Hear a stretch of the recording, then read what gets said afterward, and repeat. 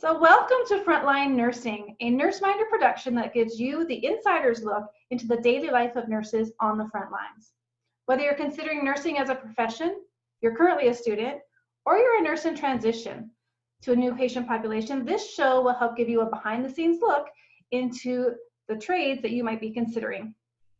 Today's episode is all about perioperative nursing, the nurse specialty that focuses on working with patients who are undergoing invasive procedures. So get those note apps and pens and papers ready because this is going to be a good one. Today on Frontline Nursing, we are joined by Rosalie Devost, a perioperative nurse who has been working in a level 2 trauma center in one of Alberta's largest hospitals since 2017. Welcome to the show, Rosalie. Hi, thanks for having me. Awesome to have you. I'm so excited to have this conversation with you. So let's just get started by digging into a little bit of your background. What brought you to nursing? How did you find nursing to be your profession? Well, I moved here from Quebec when I was young and I was homeschooled. So then I went to high school when I was in grade 9. And there was, at my high school, it was called a LINKS class. It was a persons with disabilities class. They were put in this class and they did all these activities. And I started to volunteer in that class. And from that, I got a job in group homes with people with disabilities. I was giving medications, but I wasn't really doing exactly what I wanted to, and there was a lot of nurses that were working alongside me as coworkers. So I just kind of thought of it as it was what I needed to do, what I wanted to do. It gave me joy to think about being able to touch people's lives in a meaningful way. So I signed up to go to Norquest. I had trouble getting in. Because I didn't have the greatest high school grades. Okay. I missed 2 courses by 1%, so I had to upgrade, and I was like, maybe this isn't meant for me, maybe I need to do something else. But I persevered, and I got in finally, and I remember getting an email saying I had the seat saved and to send I don't know what it was back then, like $400 to save the seat or whatever it was. And I was like, I need to send the money right now. I don't want anyone to take my seat. So anyways, I got in, and I was very nervous. I did everything that a student does. I bought new pens, a nice cool backpack, I bought a MacBook. I never had one before. And yeah, I just loved school so much. I liked that I did face-to-face at Norquest. Mm-hmm. I liked that I could go to class, but it wasn't mandatory to always be there. So if I wasn't feeling well or if I needed to work on an assignment, it was flexible like that. I don't think I would have done the online program because the basics, you just kind of need to be there for that. The labs are very important. Having the labs every week was very important for me. Made it through school. I did very well. I talked to my teachers all the time, and I was very involved, and I think that helped me. I talked to my peers as well, talking about exams before and after, doing study groups, things like everything that you read online, I did. So anyways, I graduated school. And well, before I graduated, I got into the preceptorship program to the OR for the preceptorship. Yeah, and so did you know that that's where you wanted to go before you applied? Like, did you have visions when you started nursing school that OR was your destination, or did that evolve throughout? How did you get there?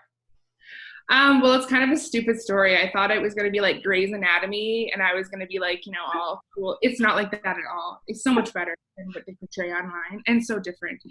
So I got into the OR for my preceptorship. I was one of, I think, 2 or 4 people picked out of however many applied. And it was just great. I had a very great preceptor when I got there. And I actually got an educational opportunity from that preceptorship. So that means that my hospital paid for my education to go to the Periop program at Grant MacEwan. And I was paid to be in school. The school was paid for, it was online, which was new to me, but it actually worked out pretty well because I was in the OR working already. So I kind of had that background knowledge, the basis that made me succeed for online. Okay, how long was the online program? It was good. It was kind of a little bit disorganized. You really had to organize yourself. Okay, and how long was it? I believe it's about 6 months. Oh, that's quite intense. So were you working like learning on the job at the same time, or was this all just focused studies? So it was both. So I was online doing it whenever I had time to. I finished it which was nice because I had time to relax. But I went into the OR for one shift a week. Okay, during that 6 months, that was kind of the structure of it. It was a little bit less than 6 months, October to December. Oh, and then it was in class lab, so maybe I guess like 5 months. You are giving food for those who say nurses can't do math. I just want you to know right now. Yeah, I could do math. I just wasn't thinking about it. Just not when we disguise it as months, that's all. It was less than 1 year. That's awesome. So your OR experience in your preceptorship, that's really what solidified that was the direction you wanted to take at the point, or were you lured by the free education to go that route? I wasn't lured. I had done my med-surg my med-surg clinicals and my long-term care clinical. Right. And I know you start off in long-term care and you just kind of get discouraged because it's so hard because you've never done any of that before. Like it is rather like jumping into the deep end of a pool. Yeah, you go back to that first clinical, you don't just care for, I mean, obviously it's a human, but they have sometimes 15 diseases and 40 different meds. And for your very first exposure, that to me is a lot of deep diving into your knowledge and your skill set that the critical thinking pieces don't really come into play because it's more survival during your long-term care. Yeah, I had a very, very good teacher in my long-term care. Mm-hmm. So she was really part of my success when I was stumbling a little bit in long-term care. But having the long-term care and the med-surg clinicals really solidified that I didn't want to do, I guess you could say, bedside nursing on the floor. Yeah. That's not what I wanted to do. I wanted to be more involved in the surgical part of it. I liked working closely with the doctors and the other nurses and having, I don't know, I just had this thought of being on the floor, being short-staffed, having to do medications, and then an emergency happens, and that just wasn't what I wanted. So I went to the OR, and then I ended up loving it, and I have never left. That's awesome. So for those who are currently in school maybe, or they're thinking of transitioning to the OR, can you take us back to the very first day you scrubbed in on your own, independent nurse, and what that day felt like for you? Yeah, so I was in general surgery, and it was a lap chole. So when you take your gallbladder out laparoscopically. And I had a really good preceptor. He really, got me going. He pumped me up. He made sure that I was ready. And it was with a really nice surgeon, and everything just went really well. And I felt like, wow, I can really do this. It's not, I always imagined it before I was in the OR program that it was going to be so out of my realm, and I wasn't going to understand what was happening because I'm not a doctor. I don't know the whole human body, but you don't need to know everything. It's kind of like you learn on the job, you learn what is most important, what to do first when an emergency happens, and there's always people to help you. So it's not like you're ever alone. Mm-hmm. One of my first surgeries, I've had opportunity to be in the OR many times over my career, which is one of the best things about my journey. And one of the things I saw for the first surgery was the removal of a gallstone. And I remember them being so excited about the size of this gallstone, and I'd never seen one before, so I was like unimpressed. But they were like taking pictures and putting the ruler beside it, and it was, quite a large stone. And I'm like, okay. I had no reference for it to be excited, but I do remember the excitement they had. I mean, the patient wasn't happy, obviously, but they were having pain from it. But it was rather interesting to be in there and see that even the OR nurses get excited and the docs get excited about what they see in there. Yeah, some people think it might be monotonous after a while, but it really isn't. Every patient is different. Every surgery is different. The surgeons are very different personalities, different things happen every day. It's very exciting. So that leads me to my next question, actually. Aside from, do you work 8s or 12s? I'm more interested in understanding, do you work with the same team and same patient population, or do you have opportunity to work with different specialty physicians and see different surgeries being done? Well, I have a rotation of 8 weeks, so I do some days and some nights.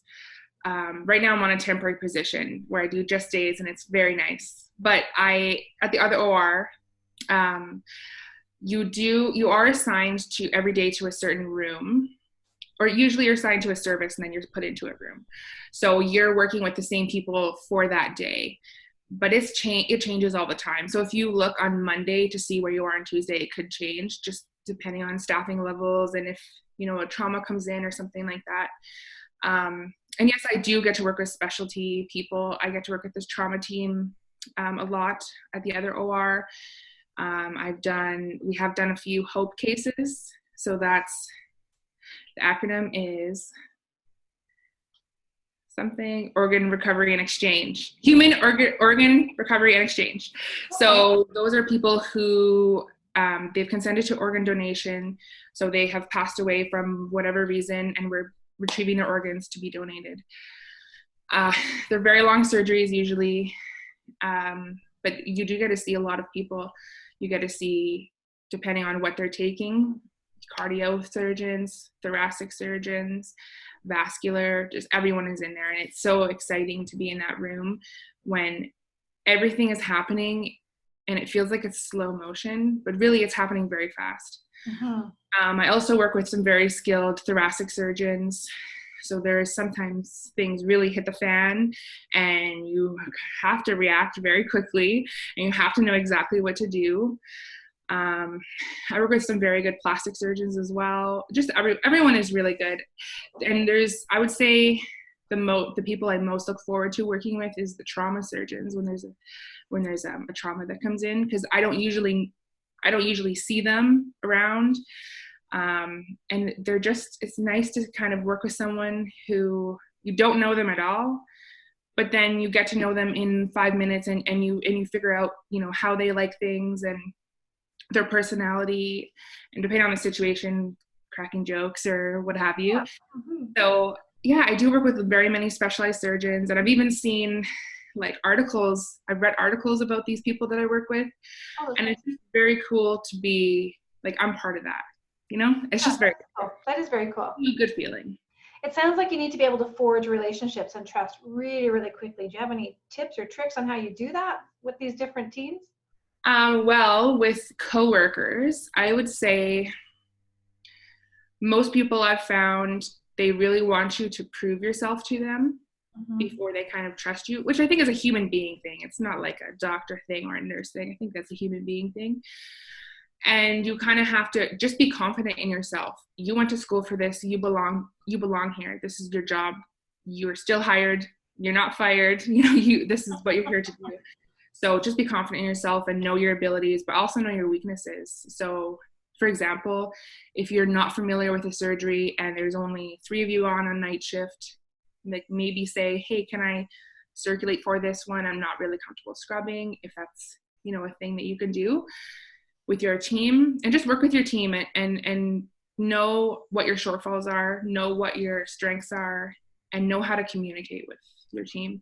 Because if you can't communicate with your team, then you don't really have one, right? You need to be able to communicate.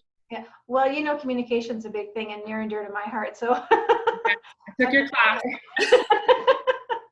Yes, absolutely. That did make me think of another question. I kind of lost it. So give me just a second, see if it'll come back. You're talking about... I could talk about rapport with patients. Well, yeah, I do want to get to that as well, because I know that the patient contact is a little different. Mm-hmm. And oh my God, you said something that was so profound. I thought I wanted to explore it a little bit more. It's lost now. Maybe it'll come back a little bit later as we go through. Okay. But you kind of mentioned the difference between unit nursing and OR nursing and the different numbers of patients and tasks that you have to do. And I know when I go to a med-surg floor with patients or a long-term care facility, we have multiple patients and tasks, and I end up having multiple pieces of paper to keep me organized. Oh yeah. How does your organization work when, I know you're assigned maybe to a theater or a team, but are you bouncing back and forth between rooms and the different roles within the OR? How do you keep organized? Well, that whole org plan thing they talk about, I don't have one of those in the OR. The org plans up here. You have to, so sometimes you are bouncing between rooms. So at my hospital, they assign 2.5 nurses to a room. So that means that there's 2 nurses that are staying in the room for the whole day and 1 nurse that's going between 2 theaters to do break relief. So or you can also be assigned to floating. So you're just going to whatever theater needs help at whatever time. So I would say when I'm floating, so meaning I'm going to whatever theater needs help, I don't know what I'm walking into a lot of the time. I go straight to the chart. I check for their allergies. I check what surgery they're getting done. I check to see if there's anything, if they're asking for things at the sterile field right away. If I've walked into an emergency, I find who is, in charge, what I can help, what I can do. But if I'm in a room by myself and it's just me and the other nurse working, we kind of, when we start the day, we kind of have a plan of what we want to do, who's going to scrub on what, who's going to circulate on what. Scrubbing means that you're sterile in the surgery and you're helping the surgeons do the surgery. You're handing things up, establishing the sterile field, keeping the sterile field sterile, all the principles of sterility. And then a circulator nurse is the opposite. So that's the girl or a guy who is charting at the computer. They're opening sterile supplies for you, doing linen, doing like everything that's not at the field, helping anesthesia, IV fluids, getting the crash cart if you need it. You need to know where that is. So that's everything that's non-sterile. You're opening gowns for people who are scrubbing in. You're tying gowns up. You are doing literally a million things. I can't even list them all, but you're doing everything that's unsterile. Yeah. So I just see if the nurse needs anything in the sterile field, and then I make sure that everything in the room is done.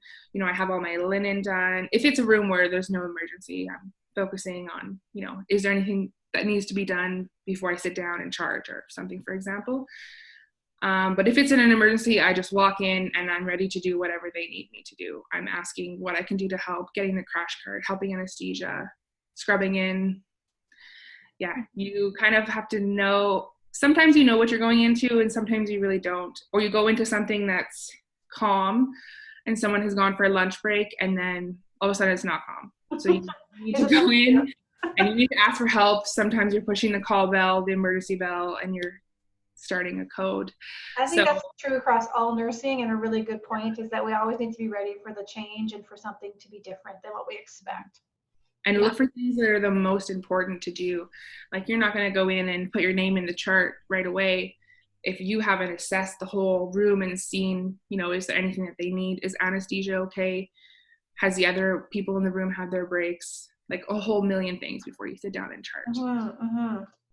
So I know you've been in there for a few years now, and for the moments that I've been in and out of the OR, I've certainly had some thoughts about whether it would be a good fit for me. I remember thinking between OR and Emerge, those are my two or ICU, those are my two. I really was curious about both. And I saw some great things in the OR, but there were things that were hard for me, like standing on my feet all day and wearing the mask and feeling the heat underneath my face and feeling flushed. And how have you felt about those transitioning to having those expectations of your job? Well, I remember I started my first day and I walked in and I was like, what is that smell? usually the smell of cautery. And it took me a while. So cautery is the equipment that they use to coagulate the skin, and it smells terrible most of the time. Burning skin. All the time. They do use this machine called a smoke evacuation machine, which takes the smoke away when they cauterize the vessels or the skin. But you can never take 100% of it away. No. So I remember walking in and I was like, oh my goodness, how am I gonna, I felt nauseous right away. It wasn't something that I was ever used to. It kind of smells like a really bad barbecue, and it just is not. But the good thing is you get used to it. So after, I don't even know how long it took me, and I don't even know if I ever really realized that I was used to it and it didn't bother me anymore. But yeah, that was one of my big things that I was like, what is this smell? I'm like, I wish I was back in long-term care. But honestly, it gets better for some things. Honestly, it gets better. And then also the masks. There's different masks that each site carries, and there's some masks that have plastic along the nose here if you wear glasses to kind of keep the fog away from your glasses. I know that bothers people a lot. There's ones that are just paper if you don't wear glasses, and they're really nice on your face. There's a whole bunch of different ones. Just find which one works for you. I find that when I'm scrubbed in, I always want to wear eye protection. So there's ones that have a face shield on it. Or in ortho, we wear these striker hoods, which are like this plastic thing you put on your head, and then you put a sterile thing over your head. It's like a helmet, a space helmet that covers. Oh, wow. Well, they do some pretty interesting things in ortho. Yeah. Yeah. Yeah. So Yeah. you don't have to wear a mask under that. So I like that because I usually wear glasses. So I don't like fogging out my glasses. And I like that I can readjust my glasses because the front of it is sterile. Right. That's a good point. And then there's some regular things like as you would see on the floor. Like sometimes there's, code browns or there's a dead bowel. And you just need to breathe through your mouth and just kind of remember that it's not going to be forever. Just kind of like hype yourself up inside. That's what I do personally. Or if I have it available to me, there's these things called tincture, which is, it's kind of like clove oil smelling, and you put it on your mask. And some people hate it. I like it personally if I'm in a bowel case and I don't want to smell any smells. So that really helped me, especially in the beginning. When I was in the military and we went overseas, they told us to put Vicks Vapor Rub under our nose. And so I don't know if you've heard that one either, but put that under there and then the mask on, and you won't have to worry about smells. or peppermint oil or any kind of, everyone is into essential oils now, put some essential oils here. Yeah.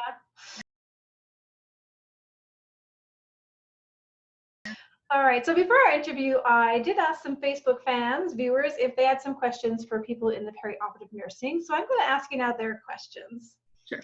So the first one is, do you like wearing hospital scrubs, or do you wish you could buy your own? Oh man, I love the hospital scrubs. Yeah. Honestly, when I was in my clinicals, I hated doing laundry. I hated the thought of maybe bringing something home with me, like lice, bed bugs, C. diff. I don't want any of that in my home. Okay. I don't want to wash it in my washing machine. I don't want to have anything to do with that. So I don't want to have any chance of bringing it home is what I mean. So I like that there's hospital scrubs available to me. They're not the, sexiest scrubs, but they're color coordinated and they True. well, and you can, in the OR we usually wear a jacket over top of our scrubs, so there's two different kinds of jackets, so there's like some fashion choice there, but yeah, I do like that I don't have to, there's no chance or a very low chance of me ever bringing anything home with me, and I don't have to do laundry, and I can go to work in my pajamas. That's awesome. All right, question number 2. I go to work in pajamas all the time. Really? That's so sweet. Everyone does. You just come home and right into bed. Oh yeah. Yeah. Power nap. Okay, question number 2. What has been the most challenging part of your job? I would say it's a mix between learning all the different services. I know a few. Urology, general surgery, thoracics, plastics, ortho trauma, a little bit of neuro, ortho arthroplasty. Wow. So, I mean, you kind of have to, the scrubbing is all the same usually. Your sterile field is always the same. Opening sterile supplies is always the same. But you really have to adapt to the nurses that you're working with, the surgeons that you're working with, whether you have a lot of time to set up, whether you have a couple minutes, whether it's a emergency case, a whole bunch of different things, whether there's contaminations a lot, and sometimes you have to take everything down and do it again. Yeah. So you think that, you have everything perfectly laid out and everything, and then you have to take everything down. So I found it hard, especially in the beginning, to kind of morph myself like a chameleon into different services. So for example, in thoracics, we hand everything upside down because they're working with their hands in the thoracic cavity and they don't need things upright, they need them down.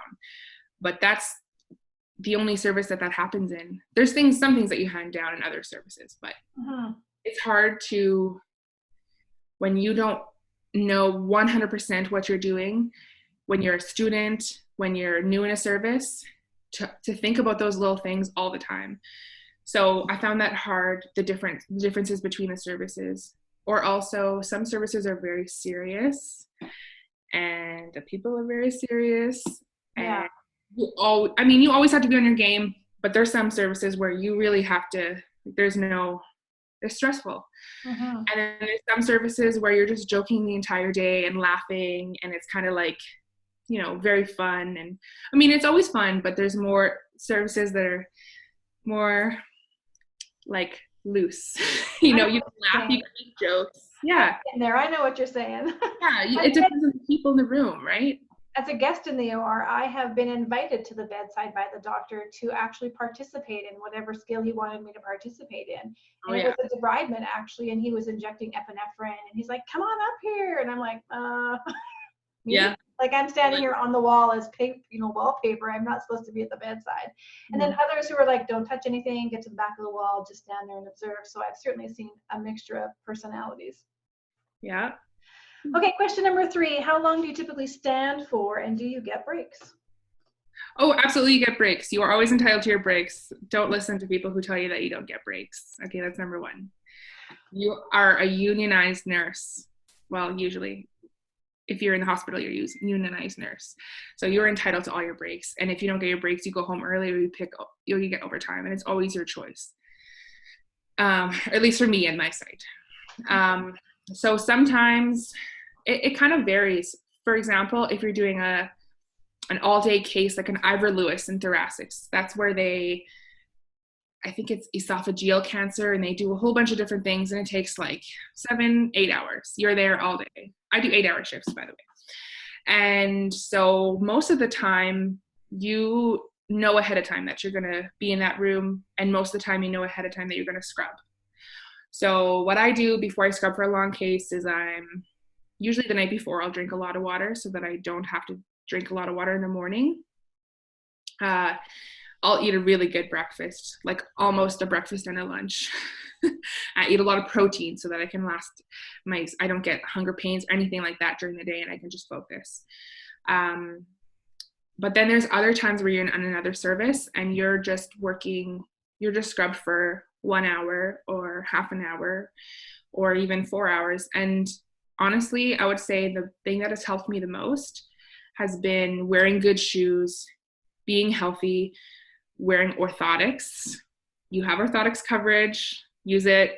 And I also wear compression stockings. So those help I don't have varicose veins or anything like that, but they help my feet and legs feel less fatigue at the end of the day. And I also don't have to bring a whole bunch of socks in my backpack. So I like that. I don't like laundry. Socks. Yeah, exactly. And also make sure you're kind of like shifting your weight. Don't stand in one place with your knees locked. Really do like calf raises kind of. And you know, sometimes people think that they look stupid doing that, but I honestly don't care. I don't care if I look stupid. I don't care if people are saying like, oh, Rosalie is doing a calf raise. Like, honestly, the people who mind don't matter. So I do all the calf raises. But yeah, usually you know ahead of time that you're scrubbing for a long time. And also, if you don't know ahead of time, usually the nurses in the room are pretty flexible, and they'll allow you, or even the timing with the patient and anesthesia, you are able to set your table up and go for a break and sit down and eat some food and drink some water. Nice. Most of the time. So this leads me to the next question. What happens if you have to go to the washroom in the middle of a case? You know what? Honestly, and I speak from personal experience, I've never had to scrub out to go to the washroom. I usually, for an 8-hour case though, there is usually a designated break. But I don't know. I think it's just like a human body thing. Like you're even if it's not a stressful scrub, you have that adrenaline in you, and you know your body kind of knows when it's time to do something and when it's really not time to do something. So personally, I don't feel like that's a problem for me, because you just kind of don't think about it. My body just doesn't. And I drink a lot of water, but I usually drink more water in the evening when I'm not at work. Yeah, you've got some sort of a system that works for you. That's awesome. Yeah. Have you ever had to do CPR in the OR? I have not. Okay. Have you ever lost a patient in the OR? Me personally, no, but there has been in other rooms while I was working, yes, and it's very sad. But there is always a huge team to help you. There you have EAP, I think is the acronym. Anyways, the hospital will give you counseling if you need it. There's always people available to talk. There's always going to be a debrief if something has happened or if you're affected by something. There's always resources, and use them. Okay. 2 more questions. And these aren't from the Facebook group now. These are just my kind of closing questions. So for those who are dabbling with the idea of switching or transitioning or starting off in the OR, can you share with them some steps that you took to begin your career, courses, training, mentoring? I know we talked a little bit about it before, but maybe just kind of give a few tips here as to how they can position themselves to be successful. Yeah, so this is kind of a really long answer, but I kind of have this thing about my life. I think, I always think that I'm not ready for something. Like, am I really prepared to do this? Am I prepared to do everything that is involved in this task? For example, when I was leaving to go travel across Asia backpacking, and I was so scared, and I was planning it, and I was going alone, and I was like, do I really want to do this? And then I just was like, you know what? I'm just going to book it, because you're really never ready for anything. Like, can you be 100% ready for something? No, because you don't know that things that are not going to happen, that you don't know the things that you don't know. So it's not like you can prepare for that. So I booked the trip, and I had an amazing time. So then I also put that towards nursing. I was like, do I want to really do nursing? Is that what I want to do? I was the first one in my family to go to college or university, and I was scared. But I researched online, I talked to my friends, I talked to my teachers, and I really, remember I said that I was struggling getting in by 1% for 2 classes. That's kind of like, I think about that now, and I was like, wow, I wasn't really, that wasn't a bar. It was just, I thought that it was a bar. Those were classes that I need to pick up and think about more and take again. And that's the reason why it was like that. To get 59% in a class when you need 60, come on, that's. For some people, that would be the end of that option. They would just go look at something else and not. Yeah, absolutely do not do that. Yeah. You need to push yourself. Things will seem very hard when you haven't done them, but then all of a sudden you're through school and you've done all your CIAs and you've done all your clinicals and you've done a great job, and you're just like, wow, how did I do that? You kind of, it's amazing what people can do when they really, you're putting your all into it. And some people struggle, and some people struggle more than others, and that's okay. There's always going to be people to help you. There's always going to be the school to help you, your teachers. Don't ever let it be, oh, I want to quit nursing because this thing happened, or because I'm bullied, or because, like, everything is fixable. So yeah. I recently read a quote that was something along that lines about when you push your boundaries, you realize that your boundaries are actually further than you had actually known, because you're exploring the edges of what you think is possible, and then you go, wow, there's actually more universe out there, and there's more space for me to go. Yeah. I worked in group homes, and I sat on the couch most of the time, and I was not used to standing. And then I got thrown into the hospital, and now I stand for 8 hours a day, and I don't have any problems because I take care of myself. I wear compression stockings, good shoes. Just take care of your body, and it'll do amazing things for you. And same for your brain. You, just like I said, you think that something is so hard, but then you get through it, and you all of a sudden you're like, how did that happen? You just kind of realize you're at a point where you've done all these things, you've done all the steps right, and either it works or it doesn't work. And if it doesn't work, you just have to change something, and it'll happen for you. Yeah, that's beautiful. I think you've answered my next question, so I won't even have to ask that. That's awesome. So is there anything else you think you'd like to share with those listening who may be considering the perioperative nursing field? Yes, do it. I know, I'll be honest, I'm listening to you going, oh, I'm thinking back to all the times I was in there. So like, I saw the gallbladder, I saw an aortic dissection, I saw the lungs being deflated, I've seen the orthos, the traumas, the burns. I'm like, oh, I kind of miss being involved. And I'm like, she's making me a good case to want to go back in. Operating room nurses are very in demand all the time, everywhere. We're always going to be needed. Same like floor nurses, but I mean, it's a specialty, so it's not like you're just some number. I've never felt like I was just a number, that I was replaceable. I've always had really good experiences at my site with my coworkers, with my managers. You were really supported, I find. And as long as you are willing to look for that help, that you need, you're willing to ask those questions that you need to ask, there's nothing that can stop you. You can do whatever you want. And honestly, the OR is so fun. It's not like regular bedside nursing. You're not hurting your body moving patients, or are at risk of hurting your body moving patients. You're not running around giving drugs to everyone, feeling ice. You're really involved. You are way involved. And you also have to make a rapport with patients and staff very quickly. So sometimes I only see the patients when I go to pick them up, and I'm checking their chart and I'm making sure everything is there.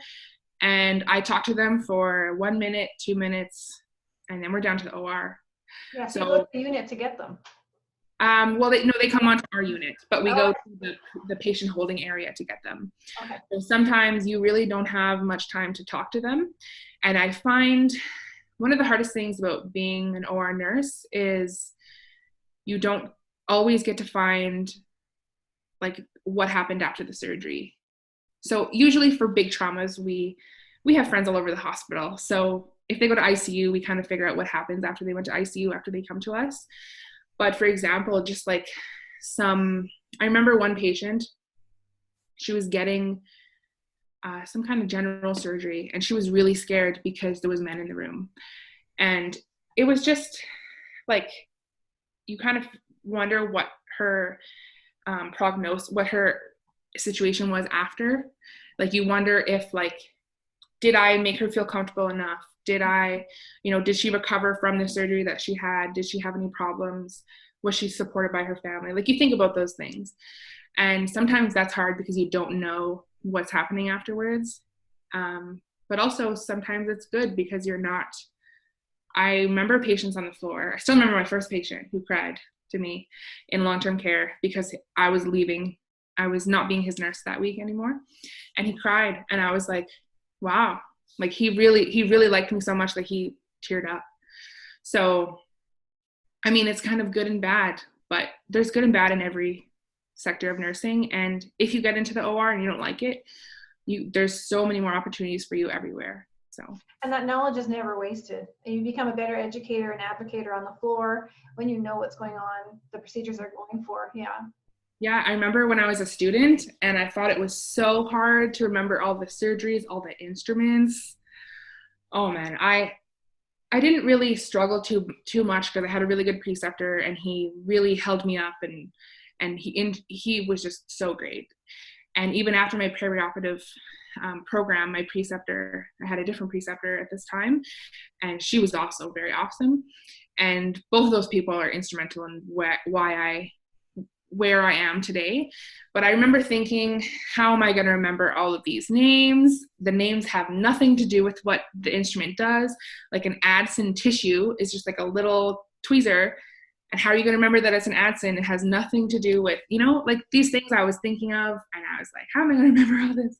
And then all of a sudden, you just get it.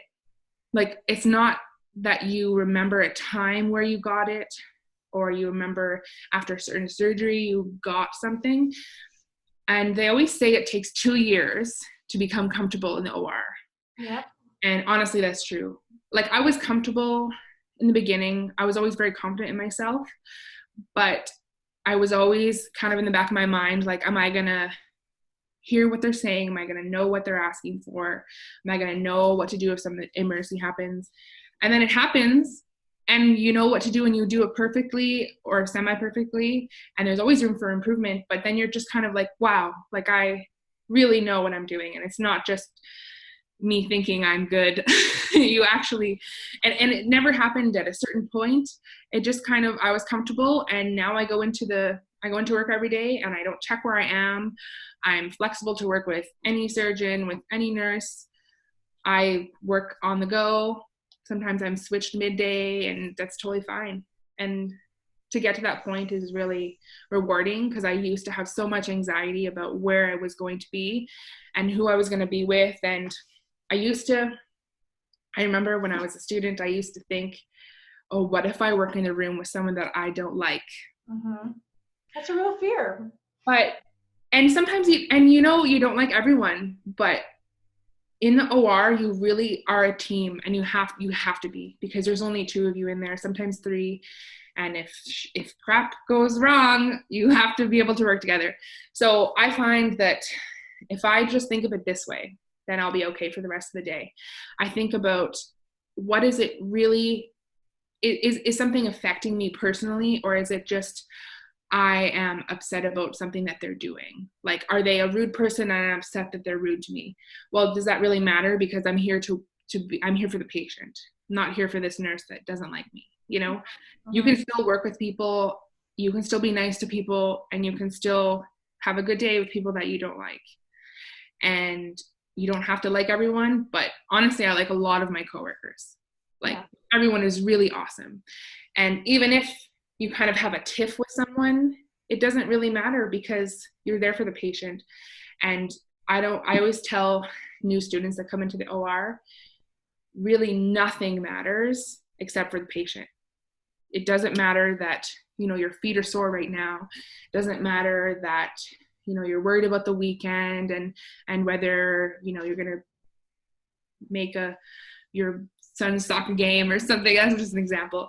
But, just be present in the moment, and you're doing this surgery right now with these people, and it doesn't matter if they like you or if they don't like you. It doesn't matter if you make a little mistake. Really, what matters is the patient. So as long as the patient is okay, nothing matters. You've touched on so many great things today that I know that the listeners are getting so much value out of just having had this, I guess maybe about 40 minutes that we've had conversation. I could probably talk with you for another hour or 2, but I know that there are time constraints. And I've loved catching up with you. So I want to thank you for joining us today on Frontline Nursing, Rosalie.